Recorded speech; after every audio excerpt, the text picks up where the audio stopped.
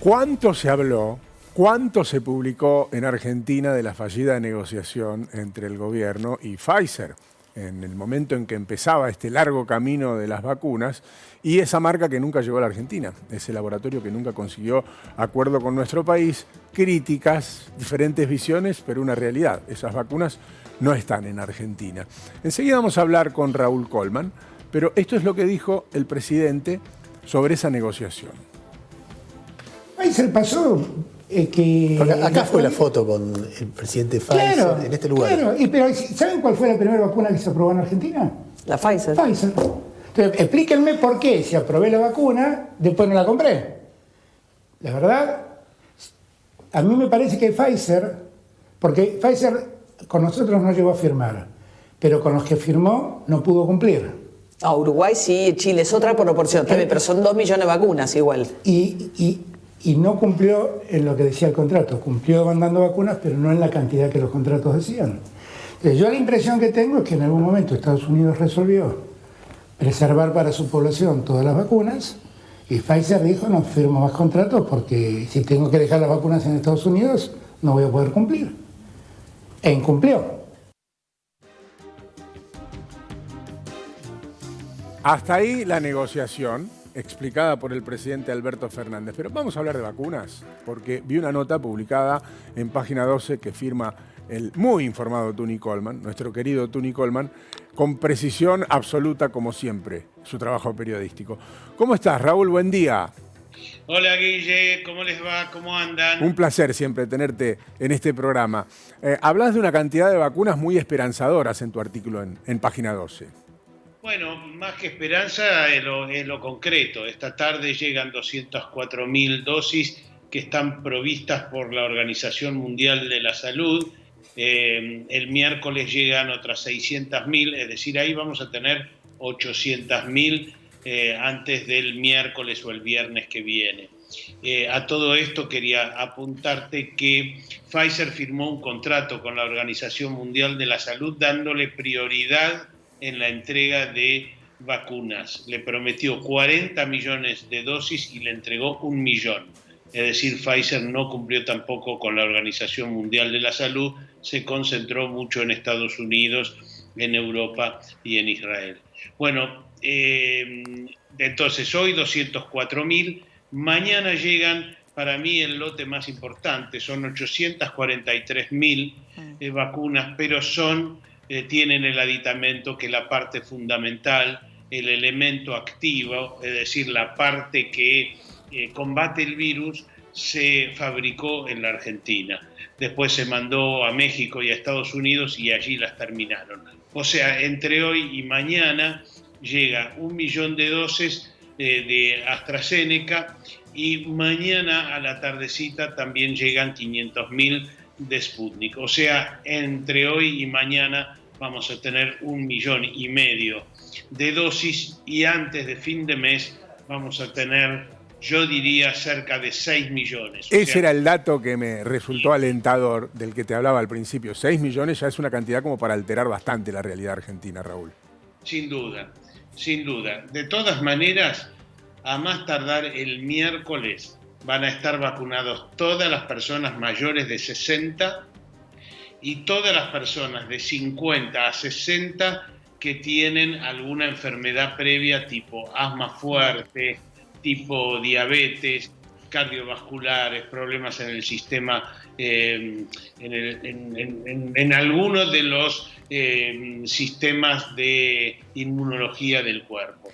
Entonces, Tony, vamos a estar bastante avanzados. Hola, Sol. hola, Tuni. Bueno, hay muchos que nos están escribiendo por redes sociales justamente haciendo hincapié en lo que estás diciendo. Sí. Si tienen asma, personas entre 18 y 50, 60 años, ¿a quién van a vacunar primero? ¿Eso es una elección de edad lo que están haciendo con enfermedades preexistentes? ¿Están comenzando con los que ya se anotaron pero que son mayores de edad? La edad... En este rango, digo, de 18 a 60, digo, mayores estamos hablando de 40 a 60. ¿Y después los demás? Sí, es decir, dentro de los que tienen enfermedad, se empezó por vacunar de 50 a 59. Sí. Y Sin importar qué tipo de enfermedad, sino que empiezan con cualquier patología, pero en ese rango de edad. Exactamente. La edad es lo que prima. Perfecto. En la provincia de Buenos Aires hasta ayer ya se había vacunado el 25% de las personas de 40 a 49 con enfermedades. O sea, eso está avanzado. Y en la ciudad de Buenos Aires se empezó con 55 a 59 y el miércoles se va a convocar a inscribirse, miércoles o viernes, a personas de 50 a 54 con enfermedades previas. Genera ansiedad, sobre todo en las personas mayores, el momento de recibir la segunda dosis, ¿no? Sí. Pero hay hasta 3 meses de brecha, entiendo, Raúl, y todavía en muchos casos no está prevista esa fecha hasta que no lleguen las vacunas. Tal cual. Bueno, tomen el ejemplo de Canadá. Canadá vacunó al 45% de su población con la dosis 1 y al 3% con la dosis 2. Es decir, concentró todo, como estamos haciendo nosotros, la Argentina diría, es concentrarse en la dosis 1 para tener una inmunización fuerte. Y Canadá hoy tiene 40 muertos por día aproximadamente. Nosotros, ya saben, hemos tenido muchos muertos. Entonces, la estrategia es vacunar con la primera dosis. Ahora, el que tiene la primera dosis, tanto Sputnik como AstraZeneca, tiene un 79% de inmunización. Ya es muchísimo eso. Después, la segunda dosis te agrega hasta el 93%. Pero quédense tranquilos porque es una buena inmunización, una inmunización muy fuerte que te garantiza que si te contagias no va a ser grave. Raúl, aprovecho que siempre estás informado. Recién estamos en el segundo día de estas nuevas restricciones a través del decreto del presidente Alberto Fernández, pero claramente la estadística manda. El primer paso son 9 días, esa es la intención original del gobierno, pero mucho va a depender de la sociedad en todo caso para saber si solo serán 9 días o si esta es una situación que pueda extenderse en el tiempo, que es lo que nadie quiere. Es una combinación entre la seriedad que tengamos en las restricciones, lo que se logre con estas restricciones y la velocidad de la vacunación.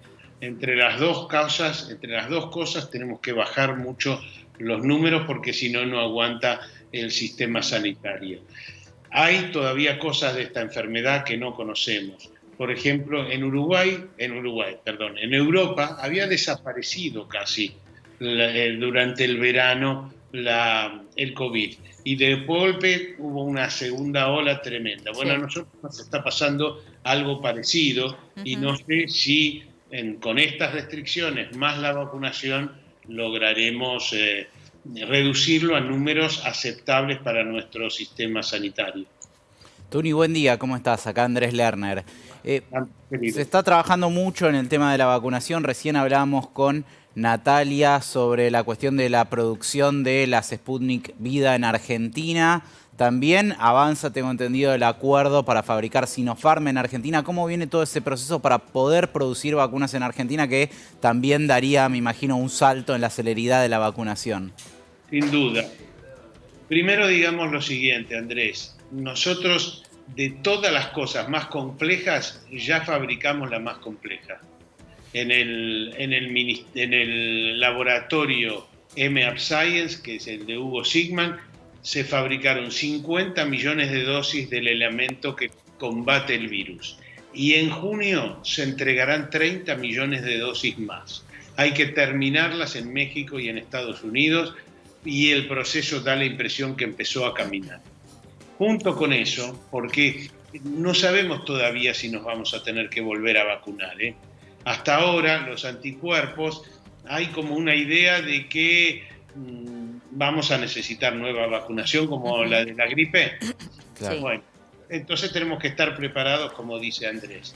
La de Sinopharm, en principio, viene elemento activo de allá a acá el 7 de junio y se fabricaría el primer millón de vacunas hacia el 20 de junio.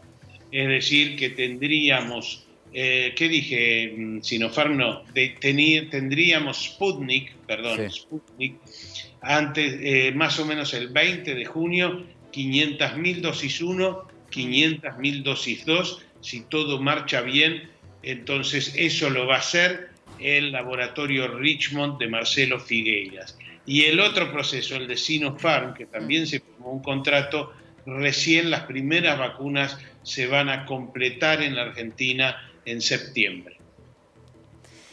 Bien, Tuni, y en lo que respecta al ánimo de la gente, a ver cómo lo ves, cómo lo evaluás, y retomando también la pregunta que te había hecho Guille, ¿pensás que después de estos 9 días esta cuarentena estricta, esta fase 1 se puede seguir extendiendo?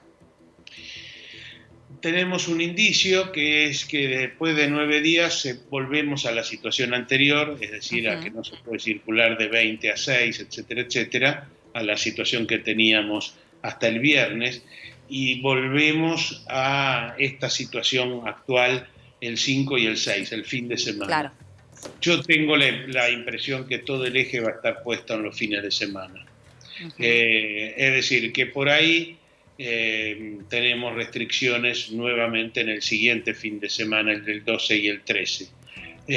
Pero me da la impresión que si todo va más o menos bien y logramos bajar los números, volvemos a la situación del viernes. Tuni, lo quiero sumar a Leo Rossi, porque podemos abrir el debate con el tema del fútbol. AFA lo suspende, pero Copa Libertadores se juega y se juega River acá en Núñez, Ciudad de Buenos Aires. A ver, ¿Cómo es esto? ¿cómo ¿Es la te va, semana Tuni? que viene? Yo le iba a preguntar por Kudelka, Tuni Coleman, pero Frank. lo vamos a dejar a Frank de lado, a propósito de lo que bien plantea Sol, porque el asunto tiene que ver con...